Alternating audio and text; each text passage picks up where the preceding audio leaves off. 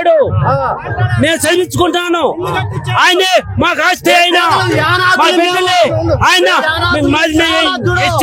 కింద మేము యానాదులమి. మాకు ఇచ్చాడు, ఇల్లు కట్టాడు, మాకు అన్ని చేశాడు.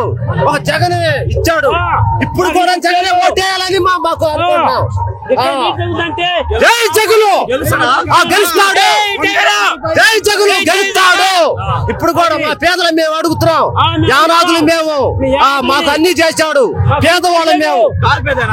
చంద్రబాబు పవన్ కళ్యాణ్ వాళ్ళొద్దు, మాకొద్దు, వాళ్ళొద్దు, వాళ్ళొద్దు కలిసి వస్తున్నారు. ఒకరి మీదకి మీరేం చేయగలుగుతారు?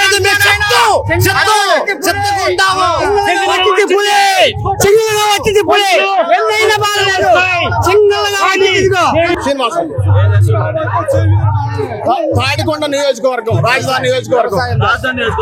సార్ ఎలా ఉంది సార్ జగన్ పరిపాలన? జగన్ పరిపాలన అవినీతి లేదు.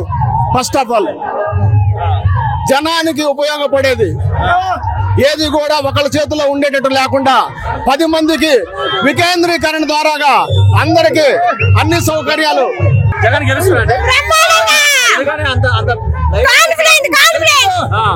ఎన్ని సీట్లు వస్తాయి ఈసారి? ఎందుకు వస్తాయండి?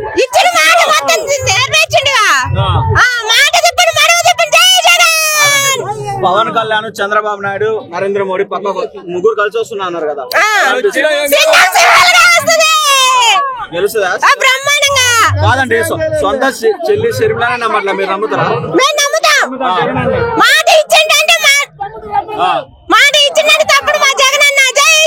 కాదండి, మీకు ఇష్టమైన పాట ఏంది? జగన్ అన్న పాట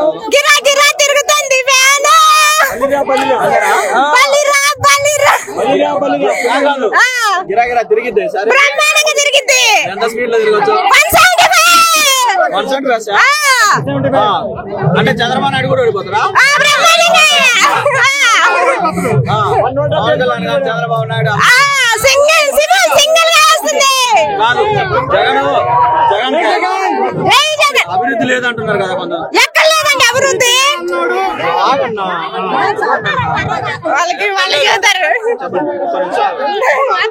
చెప్పండి, అభివృద్ధి లేదు అభివృద్ధి ఏం అభివృద్ధి? పాఠశాలలు ఎలా ఉన్న పాఠశాలలు ఎలా చేసిండు? అది లేదు అభివృద్ధి, ఎక్కడ లేదు అభివృద్ధి.